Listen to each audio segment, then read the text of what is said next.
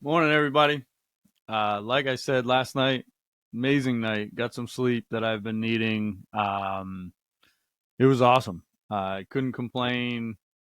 I woke up this morning feeling like a new man. I probably could have gone and played golf today, so that's where the fit check was inspired by. A golf outfit that I would have rocked, uh, going to play with my boys. So I hope you guys are enjoying what I've been doing. It seems like we're growing every week, and the feedback's been awesome. The criticisms, and the compliments alike. Trying to figure out where I am, what I'm doing. Don't want to embarrass myself in front of my guests and things like that. So we're going slowly, one step at a time. Once I get a few under my belt, we'll start backloading stuff, and we'll be able to have some episodes in the can and not be late on a day like today. But well worth the few hours for me personally. Yeah, I was going to go out to the car and record, but I think podcast wise, I think we're better indoors. I think outside, TikTok, Instagram, things like that, it's fun.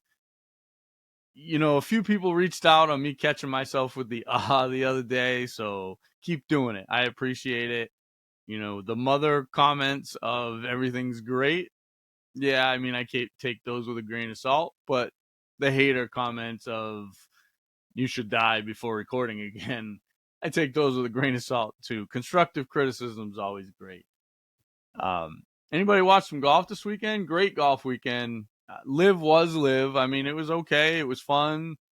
Um, I don't even know. Gooch, I think, won, and then the Four Aces won. That's the only reason why I tuned in. Peter Uline's a member at a club that I used to work at, so we're gonna follow him along a little bit. Great playing by Megan Kang this week. She was a member at a club that I used to work at. She got off to a tough start on Sunday, but she was right there in the mix in a major, so that's pretty cool. She's a great player. A couple Solheim Cups under her belt. She was a huge fan of Bogey, so obviously we're a huge fan of her. So congrats, Megan. Great playing, and hopefully we'll get you on the podcast soon. Um, Kind of an off week on tour from me personally. I know guys like the team event. I'm not a fan. It's 1 week, so I'm not complaining. It's just not something I'm going to get into and watch. The two guys that won, great. The two young kids, I thought I wrote it down, but I guess that's shows you where that tournament falls for me. I didn't even write it down. The kids that won. The one thing I wanted to take out of it was a great fitting note from Mike's comments.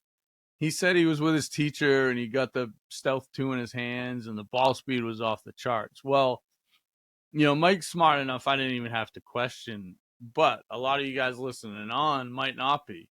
He didn't just put it in the bag. He went and got fit and he made sure. A perfect example of that was on Saturday. Um, Shoffley and Cantlay were on the 12th hole, and Cantlay hit a bomb. He roasted one. It rolled across the cart path. The hole was like 490, and I want to say they had something like 125 in. I know they hit gap wedge. I don't know what the exact number was, but he killed one. And Xander got up and he hit one. And as the ball left the face, the announcer was like, "Oh, more ball speed. Let's see what this one does."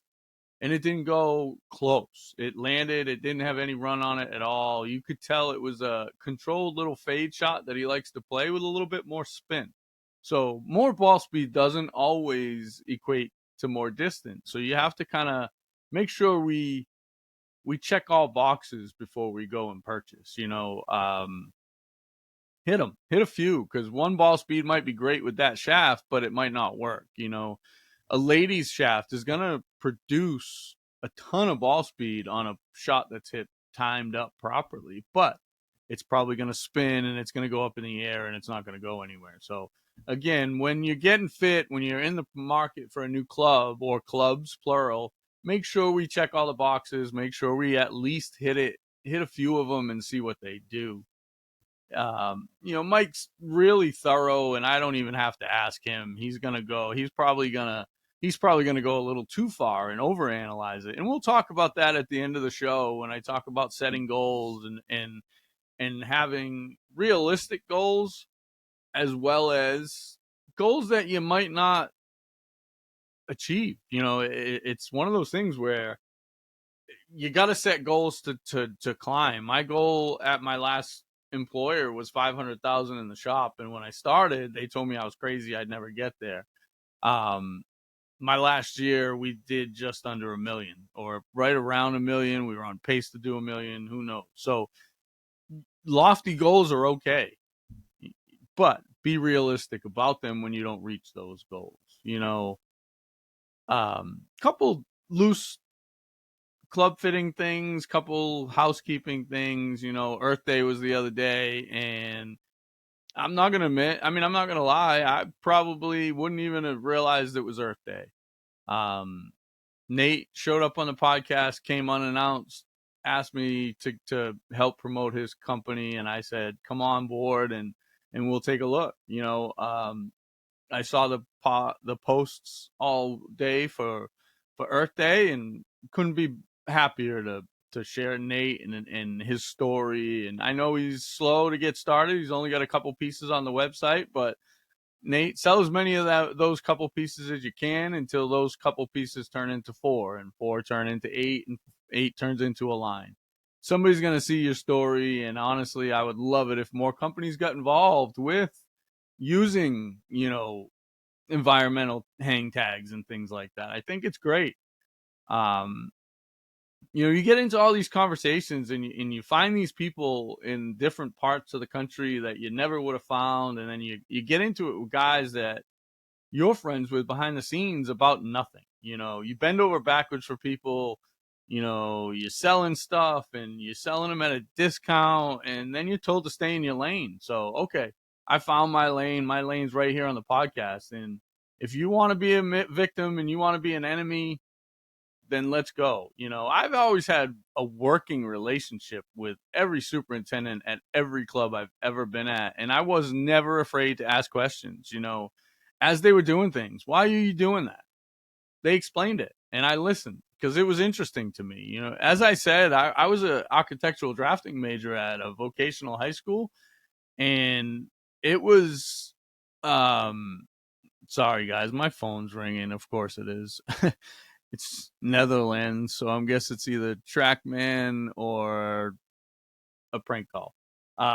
No, but I had a working relationship with all my superintendents, and I always asked questions, and I always wanted to know what and why they were doing. So that way, if a member asked, I wasn't stuck, no answer.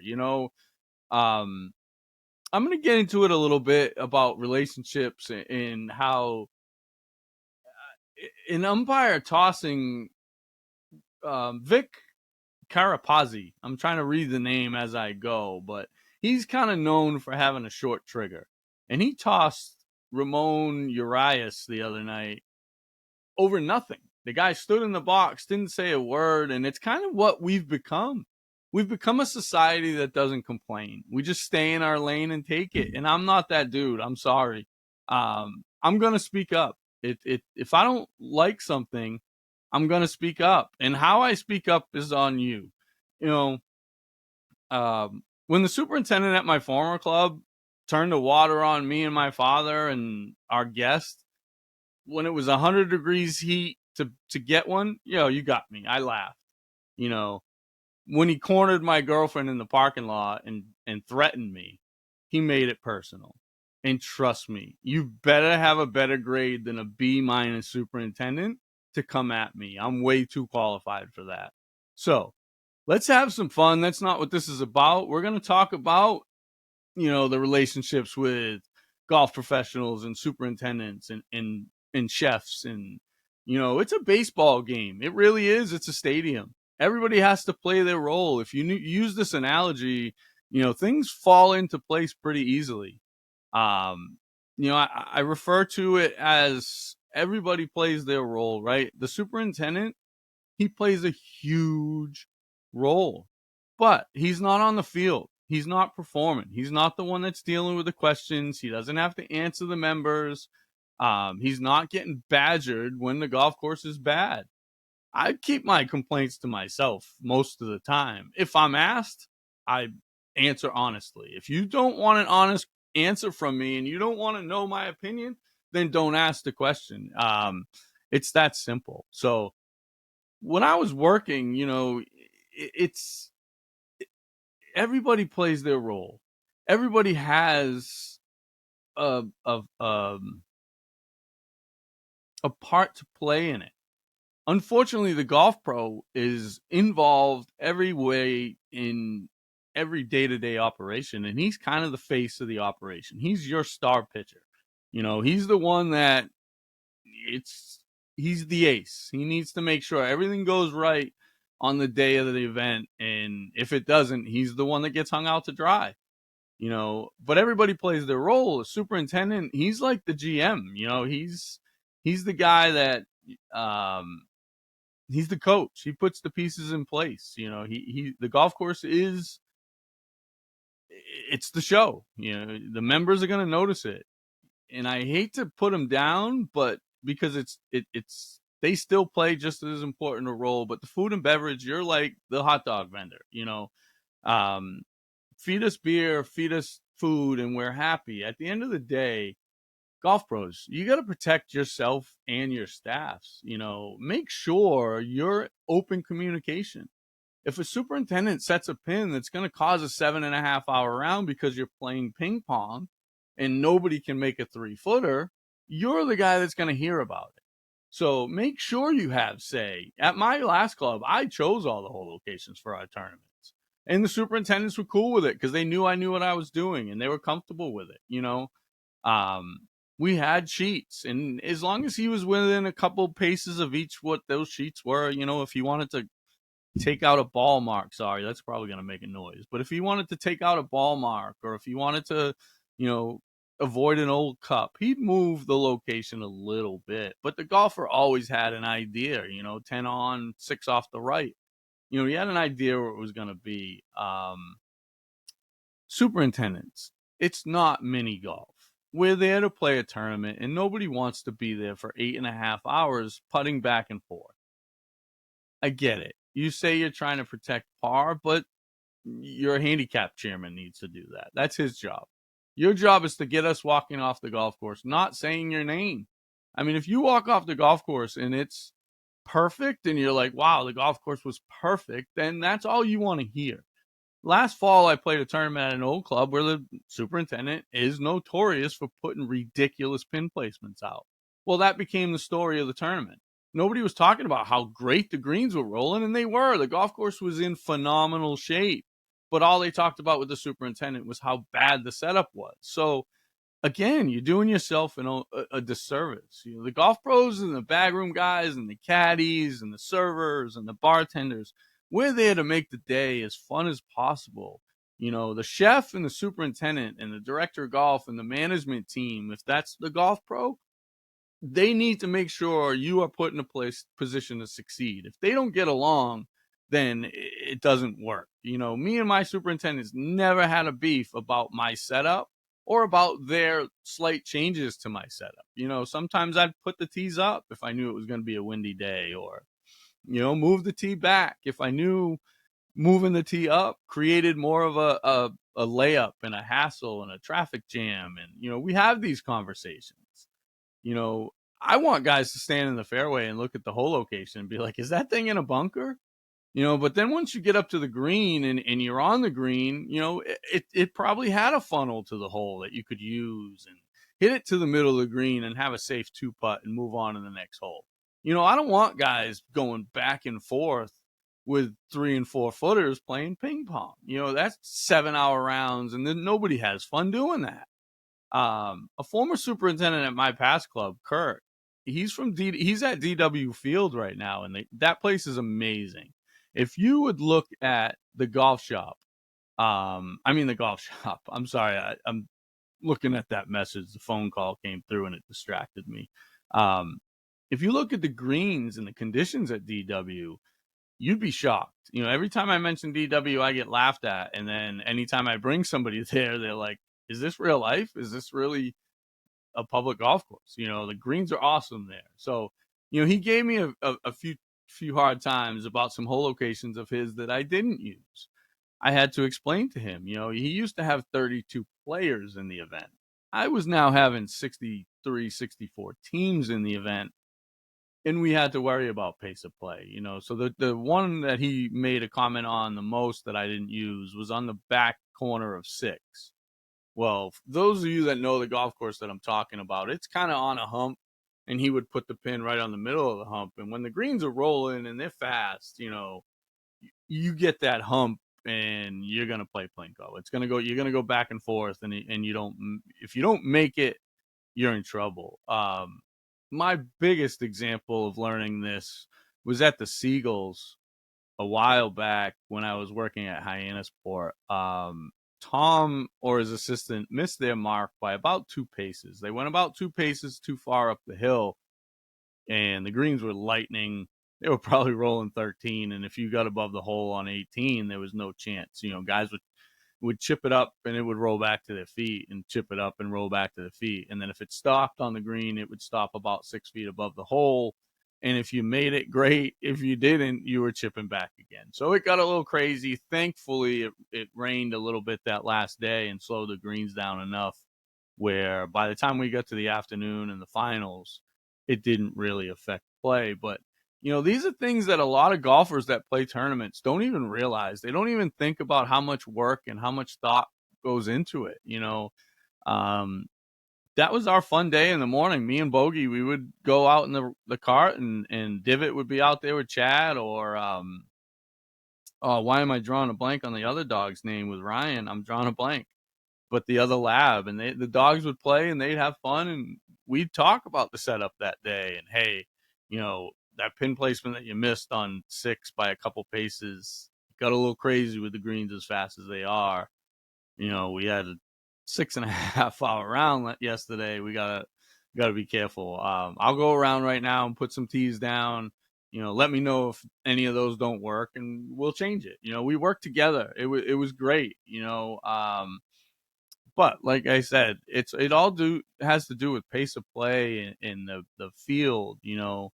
Um, Chefs, you're not out front all day when we're taking grenades at the scoreboard about pace of play and about the superintendent put the pin in a bad spot, or these greens are great. Sometimes even the compliments, just kind of everybody says the same thing while you're trying to add and trying to do the scoreboard, and it gets tough. you know um I get it. It's a tough part of the business to talk about because it's, hey, member, shut the bleep up. That's basically what I'm saying, but not, so you got to have that happy medium, and it's not all sunshines and rainbows. That's all I'm talking about when it comes to the golf business. In the golf industry, is we all have to work together, and if we work together, we win, right? Golf clubs that succeed, they don't succeed because of a fluke or because of where they are. Look at Tony Lee. I talk about them all the time. They're in Brockton. It's not like Brockton is this huge draw. They have a waiting list. They have an initiation fee. It's a spot that I was considering putting my name on the waiting list when we sold the house, and I had a little bit of extra money, and life changes. Things happen. Life changed. So now here we are, a day like today where it's gorgeous. I would have loved to play golf today. I'm not a member anywhere, right? So we're going to work on that. There's a couple places I'm looking into. We'll see. We'll get playing somewhere, and we'll start having some fun. Once we get playing, this podcast will turn more into golf. Right now, the winter time is more about swag. That's what we do in the North. And I've gotten texts and emails and comments on social media saying you got it spot on right now. We're so excited. The Masters creates that swag check. So that's why I started with that stuff. Then I wanted to go a little bit more into detail about the wedge fitting with Mike and Tip, but it kind of turned into a bunch of buddies just kind of hanging out talking. The next time I go into it, we'll go more into the grinds, and we'll talk about some stamping and what the way we do it and how we do it. These are all things that are fun to talk about, but you got to have them in the right situation. So today, I wanted to touch upon the relationships between golf pros and front of the house and things like that. It's only when guys that don't know what they're doing get involved that these things get mucked up, and there's issues that come up that should never even come up if board of directors would just keep their hands out of the pot. That's the frustrating part for a golf pro as well. You just got hired at this new job, you're ready to go, and then you get put in a situation where it's almost impossible to get right. You're trying to make the member happy, but at the same time you're trying to do your job. Stay out of it. Let the golf pro do their job. They're hired to do this. I see things missed on a day-to-day basis at the club that I was a member at on a customer service standpoint. You lost $15,000 a year from me because customer service, you were a nightmare. You argued with me. You embarrassed my guests. The golf course was average at best, and you challenged me, so you lost me. The angry Marine, okay, he complains about his ice cream being too cold, right? I mean, I love the guy, but I get it. He's probably one that you're like, okay, if he leaves, he leaves. But the sales rep that I'm talking about, if you do a $3,000 order with his company, you're going to break even on it. You're not going to sit it in the shop and sell nothing at all. So you're about to lose another $15,000 just because of stubbornness over his brand. So that's $45,000 a year because all of us participate and all of us support the club. We play whatever tournament we were allowed to play. We bring guests, we drink, we have fun, we eat dinner, all of us. So when you lose $45,000 on 3 people, that's a lot to replace. I would be willing to assume that if I was going to leave Thorny Lee because the conditions were bad, I would at least have a sit down with the GM or the president and be like, what can you do? Every time I have a sit down with the president, we agree on a lot of things, but we disagree on one. He thinks everything else is more important but the greens. When day one of golf, private golf, customer service number one, you're taught the member's always right. Just say yes and figure it out later. Do the research before you figure it out, but figure it out later. Say yes, pacify the member, get over it, and then figure it out. They don't do that. They react, they challenge, they double bill people, and then they figure it out. And then they say, oh, well, everybody else is shady. And they don't even issue an apology. So that's number one why I left, but you lost me because of customer service. And then rule number 2 is greens. Everywhere you go, greens, greens, greens, greens, greens. Well, every club in the country punches at least once, usually twice a year. We haven't punched in 6 years. And you tell me, yeah, I'll show you the sketch. I'll show you the lack of 3 weeks that I've never had to avoid the golf course. You do these little needle times, which, okay, if you're going to do it every month or every 2 weeks like clockwork, I'll give you that, but if you're not going to punch and release the air and you make all these excuses about why we can't drain and this, that, and the other thing. And then you talk about the club that I grew up at and you say they're sand based. No, they're not. The entire property is sand based, but they're push up, Poana, soil based greens. Yes, they have better drainage than you, so it helps them, but don't sit there and say, I don't know what I'm talking about when you clearly don't know what you're talking about.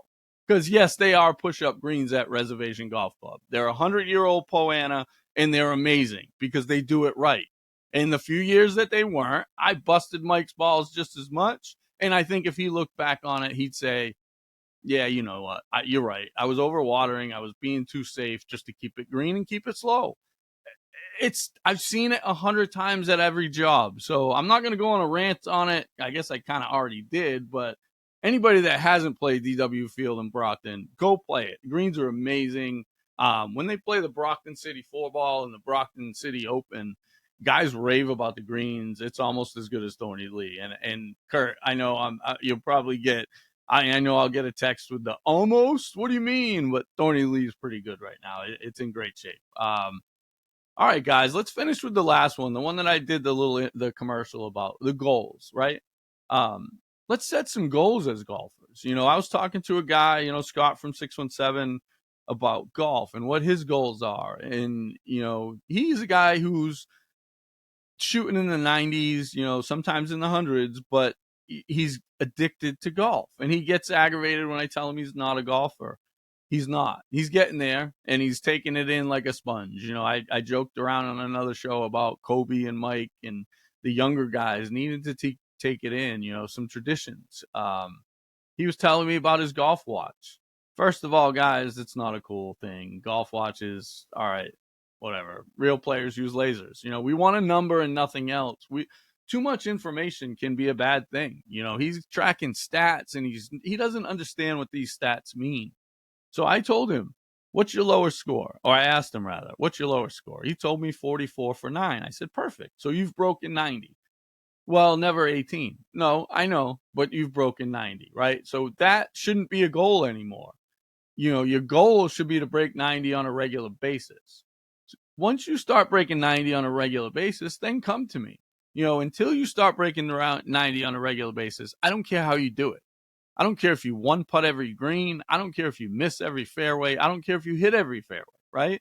The stats don't matter yet because you're so inconsistent. We're so all over the place that they're going to be different every round. When we start getting 85, 80, then yeah, okay, if you want to start counting stats, that's fine. But the one thing I'll tell you is most good players will be able to remember their round after the round to do stats. We're never doing it as we go on our watch or things like that. We're not dotting putts on the scorecard. We have the scorecard. That's all we do. We open the yardage book. We write the number in the score box on the next tee so the group behind us isn't waiting while we're standing there on the green doing it. And we close the book and we put it back in our pocket. No over evaluating while you're playing golf, right? That's how you get better, is thinking about golf in a positive way. Not, oh, shoot, I just missed the green or I just three putted, and you're writing stats down and all you're doing is jumbling your head. One of the things that I talk to Mike about all the time is get out of your own head, Mike. You're too good of a player to be second guessing every decision. Most of the time, we laugh and we joke about my short game. And when I was really, really, really good at grinding, one of the things that I did a lot of times was I picked the wrong shot around the greens. But I didn't care, and I was confident enough that I pulled it off. As long as you're confident in the shot that you're playing, it's the right shot. It'd be foolish for Tippett to pull out a 60-degree wedge from 5 yards off the green when his collars roll like greens and he's a good putter and not a good chipper, right? For me, I take out the 7-iron or the little hybrid and I hit a little bump and run shot. That's what I'm comfortable doing. But for him with the putter, do it. I encourage that. So teachers that are trying to talk you out of hitting, shortcut type shots aren't helping your golf game. They may help your golf swing, but they're not helping your golf game. Let's work on things. When I would go to Old Sandwich in practice, they have a great practice facility, and I would find a spot where I could hit 4 different types of shots. And so you're not going repetitive one after another, and it's not watching paint dry, but you're still getting you're getting something out of practice. I'd pick 4-hole locations. I'd hit one little trap shot with a 60-degree wedge. I'd hit one flop do or die shot with a 60-degree wedge. I'd hit one, that you could stretch it out to 40 or 50 yards. I'd hit one little pitch, one hop and skips. And then I'd hit a bump and run. It's practice. It's not repetitive. And I get bored and my ADD goes running and I start doing dumb things if I don't. I listen to music, I have the headphones on, and I try to stay focused as much as I can. And the way I do it is to try to hit those shots. And when I'm practicing, I'm not trying to get it close. I'm trying to make every one. I'm trying to find a spot where if I land on that spot and the ball does what it's supposed to, it's going to go in. That's how you practice. You talk about darts. You hit the dart, you throw at the dartboard and you miss, you hit the wall. You throw at the bullseye and you miss and you hit the dartboard. On the golf course is never a time to get lazy in practice. I was talking to Scott and he's like, I make a couple bad holes or a couple sevens and I just start hitting shots and I turn it into a practice session. Well, then you don't know how good or bad you are. So when you do get the opportunity to play golf, grind. and always shoot the lowest score that you're trying to shoot. People talk about handicaps, and we'll get into the whole handicap thing. And the only time handicaps come into play seems to be when money's involved. So you should be trying to shoot the lowest score you possibly can every time you tee it up for the entire round. Ben Hogan had that great line. I think it was Ben Hogan. He goes, golf's a game of 18 holes, and I have my quotas and I have my numbers that I expect to shoot. I'm going to make a couple bogeys. So if I go out and bogey the first 2 holes, I just shrug my shoulders and say I hit my quota for the day. And then I go play the next 16. It's golf. It's not golf shot. I've been noticing with Bryson Nimmer, the guy on the Corn Ferry Tour. He goes into some ruts where he makes some big numbers and he spirals a little out of control. But, the other day I was afraid to kind of jinx him. I feel like every time I talk and say, here he goes, look at him, he makes a bogey. So I didn't say anything. He birdied the first 3 holes. It was amazing. I looked at his scorecard after the round. He birdied the first 4 holes, and then he kind of fell apart and ended up shooting like 74 or 5 and missing the cut. It happens, right? We all grind. We all have those weeks that we're up and down. The key to tour players is finding the caddy that can rein them in and yell at them. Hey, get your bleeping head out of your butt. Let's go. It needs to be said sometimes, and they need to hear it sometimes. It's the tour players that can take constructive criticism that have success. And I try to be that way with the podcast. Like I said, the guy that told me to go die, yeah, I'm not going to really take his advice. But the guys that are coming back with, hey, slow down, or hey, stop saying I take that criticism and I love it and I want to hear it. The guy that reached out, Scott, that says, I listen to 2 hours of podcasts a day. Take me down the road of your mental health. And, we want to hear it all. So I'm trying to include it all. I'm trying to include some fit checks with golf stuff. I'm trying to include some fit checks with hip hop stuff. Every day I try to decide, do I want to have a sneaker with this outfit or do I want to have a golf shoe with this outfit? Today I went golf shoe because I'm feeling good. I would have gone and played golf. But the guys reaching out that say, you have no idea, I used to DJ and I'm into hip hop, or I had a hip hop podcast in college and listening to your podcast is so relatable. That's where we're at right now. I'm trying to be relatable with people. I'm trying to use my knowledge for what I have it. I mean, I can see the crowd growing a little bit, but I also know how small the crowd is. A few hundred people every day, every couple times a week isn't going to get me paid, but I'm having a blast. So who cares if it gets me paid? If I end up back in the golf business or in the golf industry and playing golf, great. This is healing to me right now. This has become therapy. It's a place where I come and vent. And the more that I get comfortable, the more now that I realize, we don't have to be live. I don't need guys to meet with me to record. I can record them from the luxury of my own home. And how awesome is that? It's cool. We had Mike and Tip on the other day. It was, it was a random planning. I sent a text and said, hey, you guys interested in coming on anytime soon? And Mike was like, happy to do it, but I'm kind of busy next week. I said, no problem. Hadn't heard back from Tip. And I said, hey, if you want to come on tonight, it actually works perfect. Tip sent a picture of him standing by his golf clubs, jonesing, because he didn't play that day. And I probably, scratched his fix, or itch rather, by him coming on and talking golf, because it's a day that he didn't play and he came on and talking golf. So it came on, it was planned literally 2 hours before it actually happened. Nate was not even planned. He reached out. I said, sure, let's answer some questions and then we'll get together. I can't wait until Nate comes on when I have a chance to ask him some questions about his brand. What's the direction? How many pieces do they have? What's the price point? Is the tag a something he can patent? These are questions that I would have loved to ask, but I wasn't prepared. So the reason why I keep coming on by myself with no guests is I want to get prepared. I'm already prepared for a few people, so we're going to start reaching out to them this week. I've got Kobe and Tyler and his brother, and I got them ready to go. We're going to talk some young golfer stuff. as Mike said, Kobe didn't have to learn a lot of the tricks of the trade. He grew up at a country club and he grew up respecting sports. That's the thing. You don't have to respect golf and the traditions. If you respect sports, it just kind of happens. The written scoreboards. It's cool to look back. I did it for the club championship, hole by hole. Those that seen it for a left-hander, calligraphy is a challenge, and I found a way. I found a way to put paper under it to not smudge the board, and I found a way to create angles with the chisel tips. I think the Sharpie chisel tips worked better for me than calligraphy pens. Plus, the ink stayed overnight. So these are things that they're traditions as part of golf that we're losing.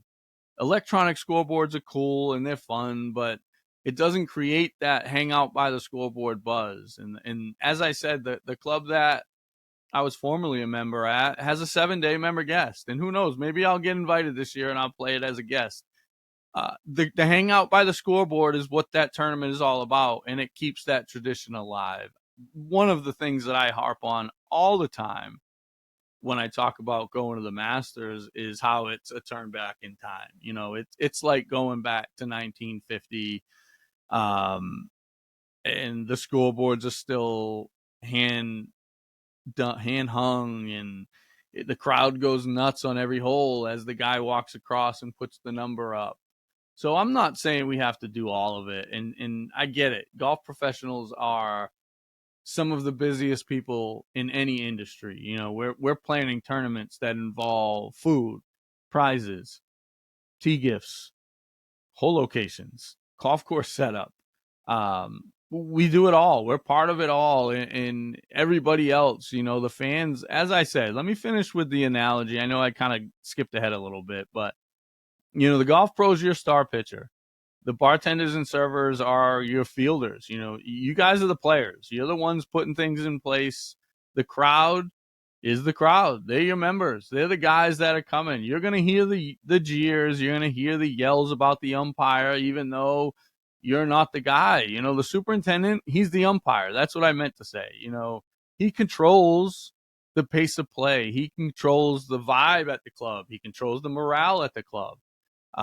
If the golf course is a dump, the players aren't going to respect it, and they're not going to fix ball marks, and they're not going to rake traps, and they're going to treat it the way they feel about it. So, the superintendent can't have thin skin. Neither can a golf pro. If the superintendent and the pitcher are fighting the entire game, if the umpire and the pitcher are fighting the entire game, we're going to have a problem. It's going to be tough to find the strike zone, right? Let the players play their roles. Umpires, don't have thin skin. Don't toss guys. Listen, when somebody's saying, hey, this is what I think, why aren't you doing this? Well, we don't have the money for that. Well, how about you cut the corner here? My former club just spent money on pizza ovens. I've heard one number and I've heard another number, but Harmon Golf has some of the best pizza in town, and they run it right out of their oven. We ate it every day almost. It was a weekly $7 pizza, and members would order it 6 at a time. So you went out and spent $16,000. Well, that's probably about what it would cost for good quality sand to punch greens and top dress. So again, I've heard 6,000, I've heard 16,000. It doesn't matter what the number is. It doesn't matter if it was $6. It didn't need to be spent. You could do it right out of the oven to try it. What happens if you bring in all these pizza ovens and it flops? And then now, we spent this money and nobody's ordering pizza. Well, test it. Test the market. Don't just do. It just goes back to not carrying those sales rep stuff. You just take risks that you don't have to risk. Myself, the angry midget. I'm sorry. I didn't mean to say that. I'm the midget. The angry Marine and the sales rep, that's $45,000 of revenue that you just lost, or you're potentially losing because you're just too blind to look in the mirror and see the mistakes that you're making. Admit it when you make mistakes. I make mistakes all the time, and I admit it. I don't try to tell people I have the answers. In the last show, James from Hawaii reached out and said, hey, there's no good trainers out here that I know of. Anybody have a workout for me? I've got a couple. James, there's one coming getting ready. I've got a couple guys that sent some messages. Trying to see if one will reach out to you and put together a full scale workout for you. But you know, I don't have all the answers, but I know enough people that do, that I have people that I can ask. So to the partner that told me I had an image problem, and to the golf professional that told me I shouldn't be talking negative and this, that, and the other thing, and he doesn't want to be a part of my brand, and I get it. I was a little surprised at how tentative you were about that conversation, because one of the things that I've always loved about you is you're a straight shooter. You just said, John, you're crazy. I can't be near you. Okay, I get it. I understand. On to the next. But the way you said it, I don't know, you backpedaled a little bit. I get it. Um, guys, the growth of clubs has a lot to do with the decisions that we make. Whether we stay at the club, whether we leave the club, what we're willing to pay to be a member there. There's things that come into play. But don't forget, it comes into play on all aspects. Every time you add members, it means you need to add staff, or make sure you reduce the expectations of your current members, or they're going to be pissed at the staff that you get. It costs money to run a golf course, but there's ways to spend money, and there's ways to nickel and dime it. At some point, when it's a member-owned club, at some point the bottom line has to go out the window, and the members have to win, or you're going to lose those members. And you talk about the members that you got with the 3,500 deal. You lost a couple of us just due to the fact that you didn't notice that we were spending money. I mean, I brought guests more than anything. I have guys inviting me to all over the place. I play Worcester. I play the Country Club. I play Old Sandwich on a regular basis. I play the Cape Club of Sharon. I play Thorny Lee on a regular basis.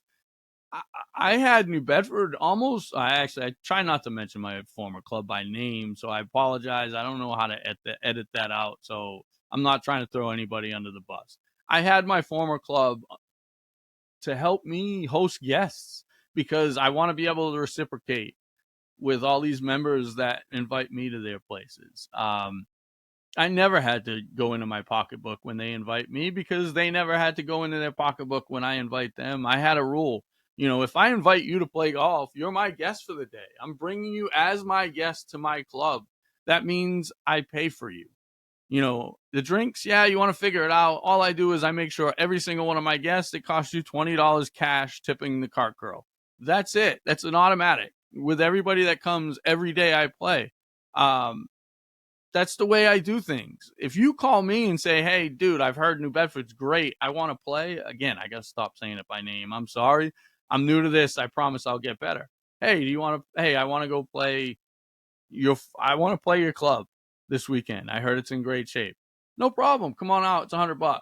I'll charge you the guest fee. I probably won't make you pay the drinks and lunch and all that. I'll probably throw that on my account. So to be chasing 10 members for two potential that didn't pay, one of them who you've already accused of not paying because I paid for him in the past, do your research. Don't just do, because it costs you more than $100 to piss those people off and get thrown under the bus on podcasts in PR. You just look dumb, and it's frustrating to see it, because you've turned that place into a laughing stock, and it was such a high-end, respectable place that people held on a pedestal, and it sucks to see what it's become. It's unfortunate. I know golf has changed, and what people value has greatly changed. I think a lot of members now are a lot more interested in what does the golf course do than what is going on at the bar or the restaurant. It's all about golf now. People are junkies. We're addicted to this. So, I mean, think about it. I tried to quit, and now I'm on episode 7 with a few hundred people listening to what I have to say of a podcast for no reason. Just golf, just talking golf, talking about things that they might not know about, putting together outfits that they might not have known existed. So all right. As you can kind of see on the top, I don't think you can see it. Every app that I use the camera fits a little different. I was trying to use the Cobra table this week. I will next week. I'll be able to back it up. I don't have a long enough computer cord. So Dave Greblick from Titleist, I see you calling right now. I hope you didn't just ruin my recording. If what I'm saying, the cord didn't reach any further, so Cobra is going to be on the front. They're going to be one of my sponsors. I appreciate Cobra Puma for what they've done so far. They said yes to me before I even had recorded a word. Unfortunately, the gentleman that gave the approval has since passed away. My condolences to Clem and his entire family and the entire Cobra Puma family. From what I knew about him and all the interactions we had, seemed like a great guy. So Steve, I hope you're upstairs playing golf somewhere, buddy. Sorry for your loss, Cobra Puma. On that note, we're going to go. Hope you guys are enjoying this. Please send the feedback. Let me know what we can do, what I can talk about. Guests, if you want to come on, if somebody wants to come on, reach out. I'll have you in a second. This is fun. It's easier with people. Swag. I know people have been asking for the bogey gear. If you guys want some shirts, I can open some accounts with some companies and maybe we can get some stuff going for sale. I know hoodies are a hit. I got some coming. I have some hats coming. I have some things set up wise that we're gonna do with the set once I start getting people inside. I want to find a simulator somewhere that I think green surroundings with the sponsor logos in the background or even a hole or something. I think it'd be pretty cool. I can change the background on my Riverside app if I go to Pro. Right now, I don't know how long this is going to last. It's not worth spending the money. I paid the money for the year of the regular one. We're doing all right so far. And as I grow, you guys are growing with me. So got some awesome things planned. As I mentioned, I'm going to give away a Cobra driver, a driver. I'm drawing a blank on the name, Aerojet, I think.